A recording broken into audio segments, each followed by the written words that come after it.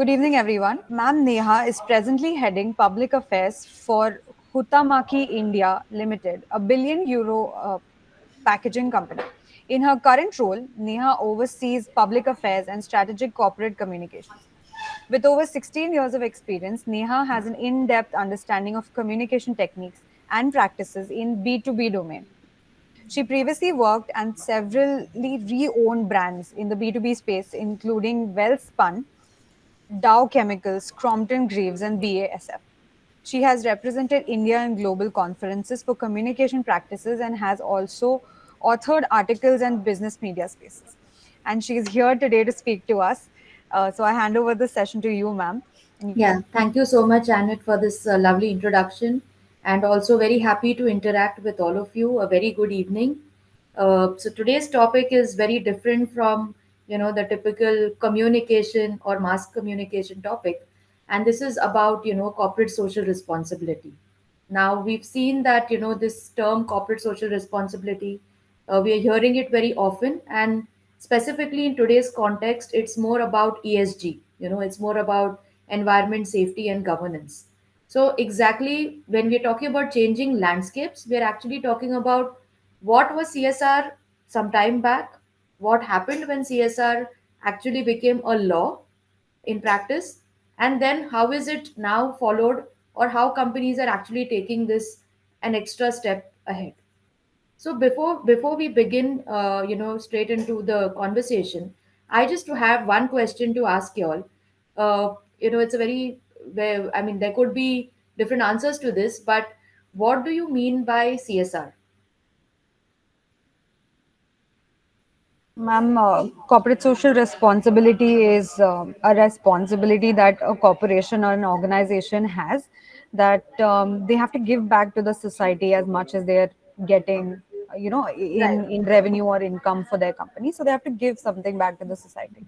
Yes, Is what CSR. absolutely. So you're right. I mean, it's about giving back, and it's about how do you really look at the responsibility not only from an individual level, but as people, as human beings, what are we giving back to the society? So that's exactly what corporate social responsibility is. Now that brings me to another question: that when did this corporate social responsibility actually start?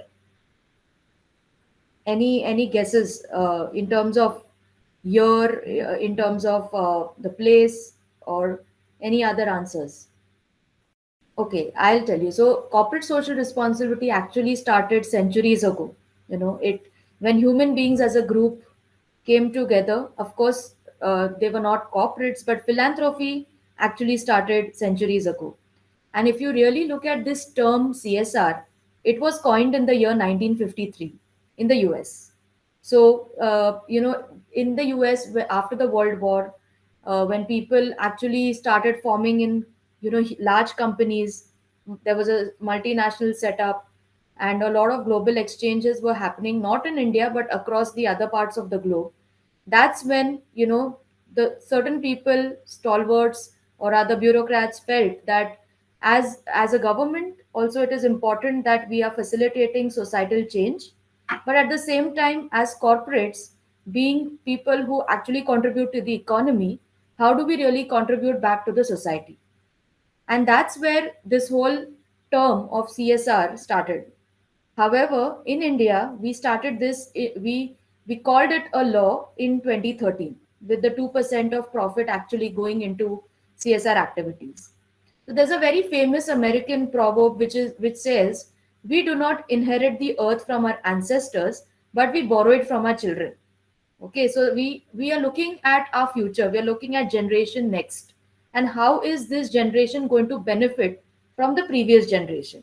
So whether it is upliftment in the society, whether it is empowerment, whether it is acts and deeds that are saving the planet as a whole, these all are areas where nowadays corporates are really looking into. It's been almost 7 to 8 years since this act became something which certain companies above a 500 crore budget need to mandatorily do CSR activities. However, there have been many responsible companies like Tata Group, Mahindra's, even BASF, Unilevers, who did corporate social responsibility way before it became an act. So that really shows that how larger corporations are actually looking at a vision and a strategy to exist and to also contribute equally as corporate citizens. Now when you really look at the act, what does the act what are this kind of spectrums that are covered in this act? A lot of projects go into education.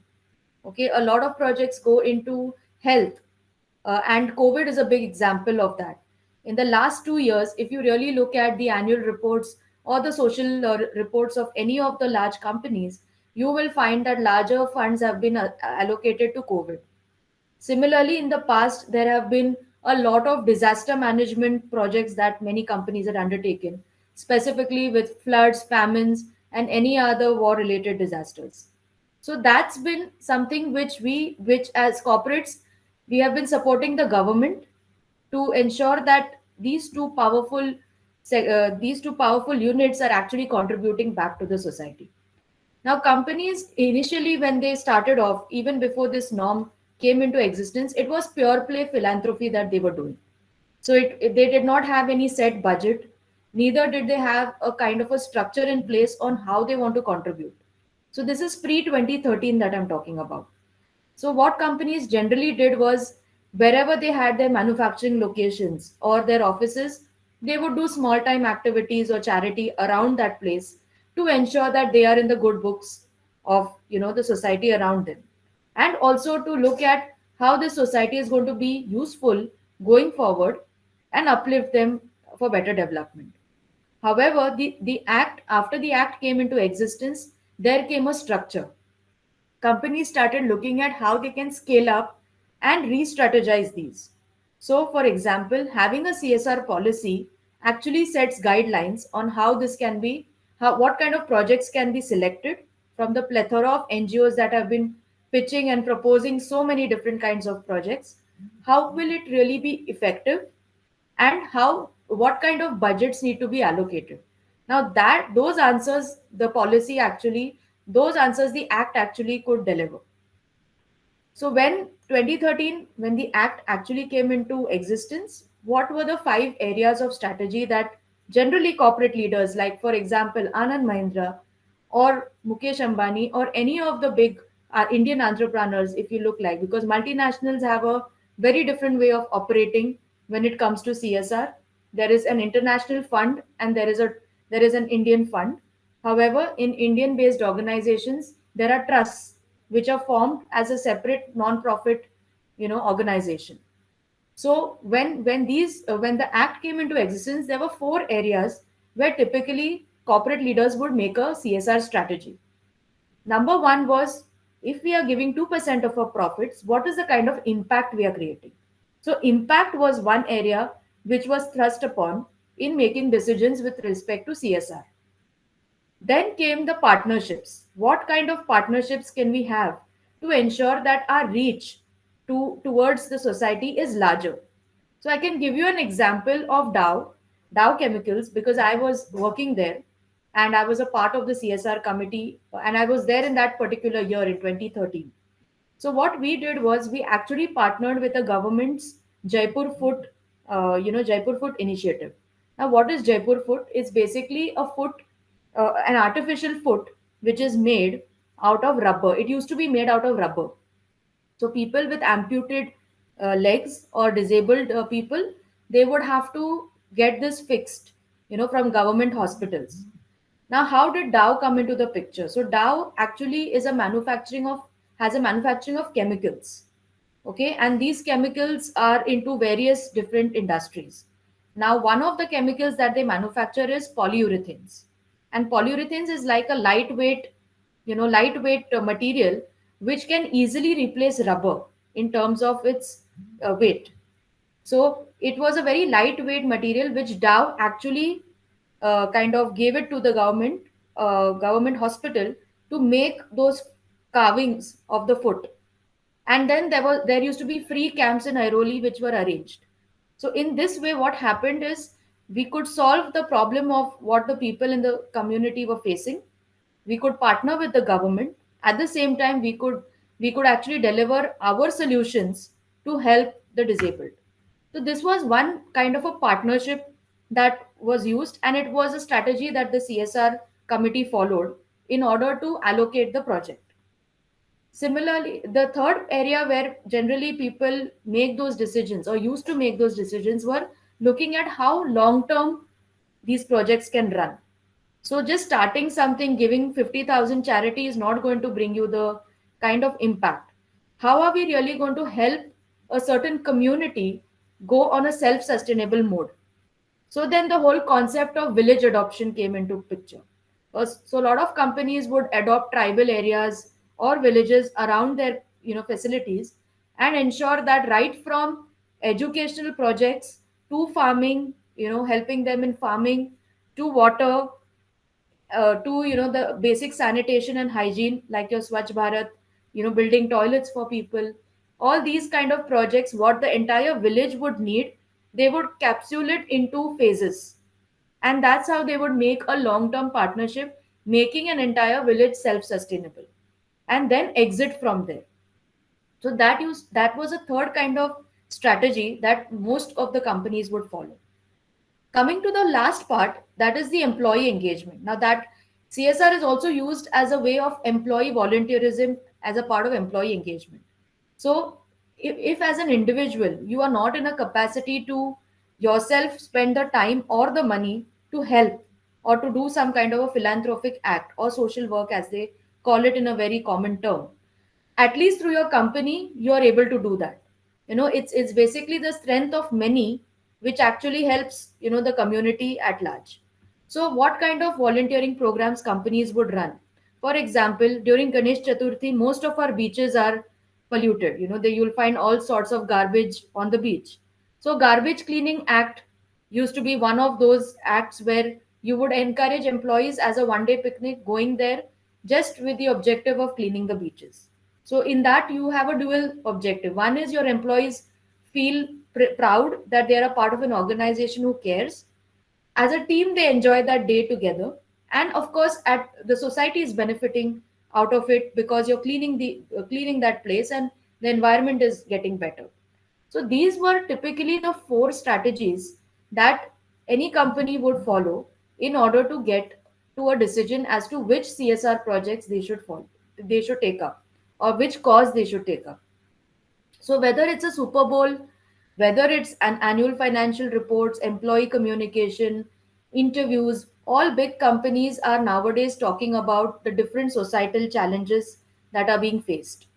And we are seeing that growingly people want to associate themselves with corporates who are responsible in nature. We do not want to be associated with organizations who are polluting the environment, organizations who are not compliant in terms of the law, and also organizations who are actually not giving back to the society in any way.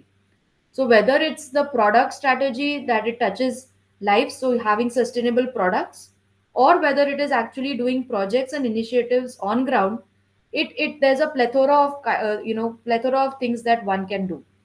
Slowly from 2013 until pre-COVID, this kind of activities kept happening. Different companies came up with trust. They came up, a lot of NGOs like startup NGOs also started contributing to this. There were also a lot of frauds that happened because of the CSR activities, because many NGOs who were not actually NGOs in nature also started pitching and really not delivering those kind of activities on ground. Hence, the next part was to set up a committee in the company. So most companies now have a CSR committee who actually look at how these projects are run, what is their implementation plan, and what kind of impact and social assessment these companies can get from those activities. They also conduct a lot of surveys to understand if there is a need for a certain thing. So you may have the money, your company may have the money to donate, but whether that village or that place where you want to do the activity, do they really need that at that point in time? So I'll give you an example. I was doing need assessment for Goa. Okay, so we had one of our manufacturing units in Goa, and we realized that when we did our survey, we realized that in Goa most people, they did not have any needs. Okay, so they said we have enough water, we have decent jobs. If we don't have jobs, at least we play some music at the shacks, or we basically have these water sports kind of thing, or people having small enterprises. So most of the people there were self sufficient. They did not need schools because there were enough schools. So in Goa, there wasn't much scope of what kind of CSR activity we could do. However, we decided, okay, there could be certain areas in terms of, the habitat, the fish, because it's a beach, it's a coastline. Can we do something related to that? And that's where, we kind of devised a project around it. So that used to be our thought process until 2019. Now, what happened between 2019 and, now? COVID struck, and of course, everybody had large CSR budgets because companies, everything was running in full swing. Now, how, if you even take the 2% of that, there were really large budgets, but no projects to really execute because everything was under lockdown. However, that fund came in handy only when we started looking at vaccinations, when we started looking at PPEs, basic oxygen cylinders. So, a lot of corporates came forward, and crores of rupees were spent. Around 72,000 crore of money was spent in CSR in the last 2 years. So, that's been the change that has happened during COVID. Very, very COVID centric activities were taking place. Mental wellness was an area where, specifically for certain communities who are under the poverty line, how were they counseled? They were, so a lot of funds were even allocated to mental wellness counseling, and a lot of funds were also to employee families because employees also were affected. So CSR had to be then classified in a little larger manner. Earlier, employees were not a part of the CSR fund, but now there is a certain portion of it which is got included in the annexure of the act. So that is a new change that you can see in the landscape of CSR. Now, what is it that we are looking at when it comes to post COVID and the rise of ESG? Okay, so now more and more companies are focusing on the purpose. Earlier, companies had funds, they wanted to get rid of it, they wanted to report it properly to the auditors, to the investors, that this is the kind of money we are spending. So it was more like a check in the box. However, I'm not saying all companies, but most of the companies, because it was like any new act, and then there's panic mode. How do we implement? What do we do? And there are a lot of questions around it. Once you get into the flow, is when you do more and more meaningful and tweaking things that help you to actually deliver better. So that's what companies started doing ever since the rise of ESG happened. When they saw that the investors' expectations in listed companies is more from the ESG aspect, or circularity as they call it, that's where CSR took a different turn altogether. So now CSR is not considered as, an extra thing to be done, or something which has, something which is a mandate, but it's much more than that. Much more than that. It's more like a business strategy. It is more like a customer retention strategy. It is an employee retention strategy as well, and to a greater extent, it's an investment strategy also. So that's where CSR has reached at the moment. Now, doing good is no longer an exception. I mean, it's a given. Every company has to do good, and that's also used in all their branding and reputation building. So, if you look at certain campaigns, the way they are run, they always have that element of human touch. And what does human touch mean? It means a lot to do with emotions. It means a lot of emotional connect. When you see Humans of Bombay stories on Facebook, it literally touches you, because there is that story has some emotions hidden behind it. Similarly, companies are now focusing on this emotional aspect to an extent where it becomes a part of their strategy.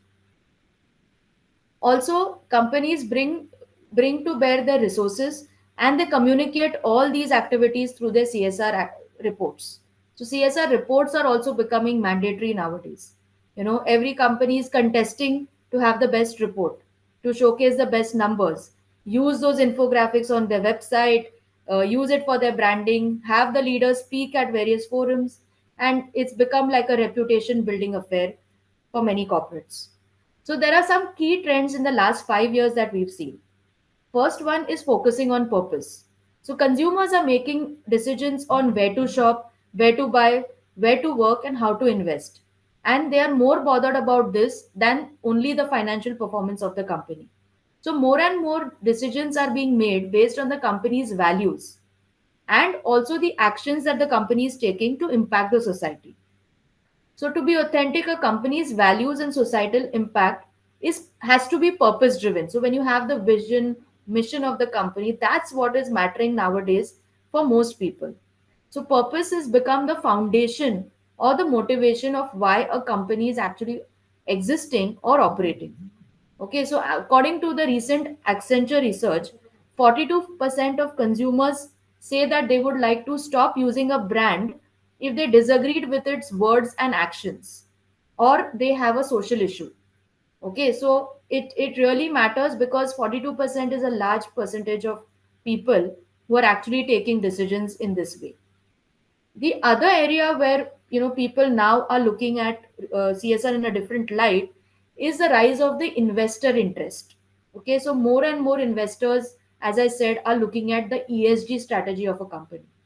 So to prosper over time, every company must not only deliver financial performance, but it has to make a positive contribution to the society. And with more and more investors, the financial data access and assessment of the companies is also quite large. So in the digital world, as you see, everything is open and transparent. And that access, every investor, when they read about the company, they have that access.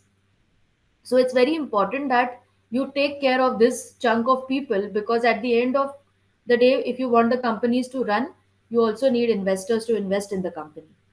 The third area where CSR strategies now are dependent on is the business case for creating shared value.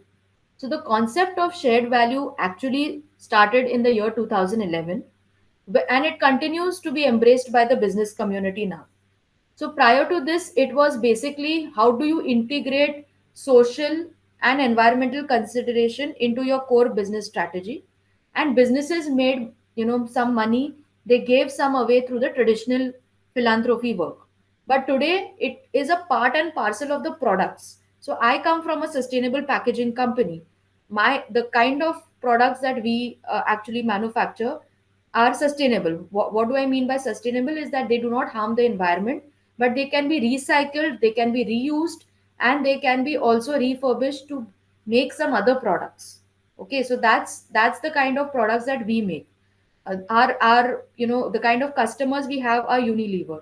So if tomorrow, if you're eating chips and if my packaging is sustainable, you throw that chips, you throw that garbage into a dry garbage bin. I collect the dry garbage, take it to the recycling unit, and I recycle it to create granules. Those granules are then used to create buckets or any other kind of products which are there. Or there are plastics which are of very less micron, which are biodegradable too. So companies are now moving into those kind of product strategies, so that they are helping the society in this way by creating less pollution, less carbon footprints, and also ensuring that the entire circularity of business is maintained. So this is the second kind of a strategy. The third kind of a strategy, which has changed from the erstwhile, is taking a stance on social causes. So a lot of companies are actually, ensuring that they're standing and they're giving out those messages on behalf of certain mission or social cause that they are on. So traditionally, companies and their leaders, they kept a distance because they don't want media attention.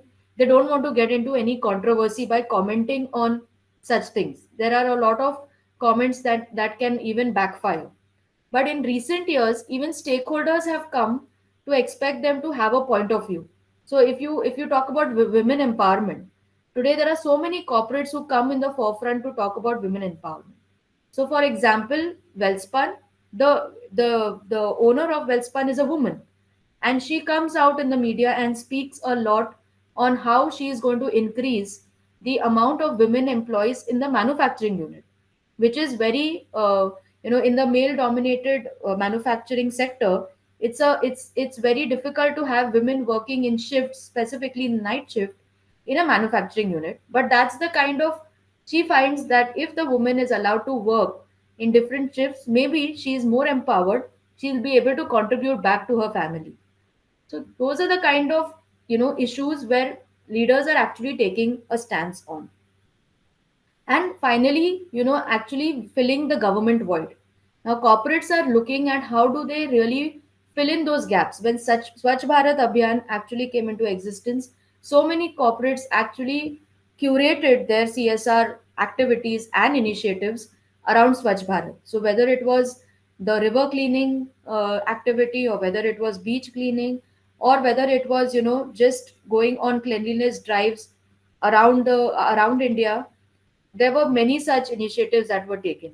Similarly, Make in India. Make in India was also an area where they were looking at skill development. Skill India was also another, initiative where government had certain programs, but corporates were actually filling in the void where the amplified effect could be garnered. So that's been the change from what CSR used to be. That is, one was the more on the impact, more on employee volunteerism, to now actually making it as an important pillar of devising business strategies and also reputation building to a large extent. Now we all come from the field of media communication, and these kind of stories actually help us to build a brand over a period of time. If we communicate, one is of course we feel, oh, we should not over communicate this, but at the same time these are the things which people are actually assessing in order to believe in that company's philosophy. So this change is quite inevitable. CSR will continue to evolve as a societal need, and stakeholders expectations will keep changing. However, corporate leaders or the people in those positions of power who are able to really give back need to keep a close eye on these trends, and need to ensure that they are helping and leading these kind of initiatives with a purpose today and tomorrow and for years to come. So, with that, I would like to end my talk, and I would open it up for questions and interaction. Ma'am, I think from your talk, what we've gotten is like it's good that you've compared the idea of CSR, what was back then and now post COVID, because all businesses have now, kind of wanting to start afresh after the pandemic. And knowing that this is, as in CSR, is going to be included as a business plan now.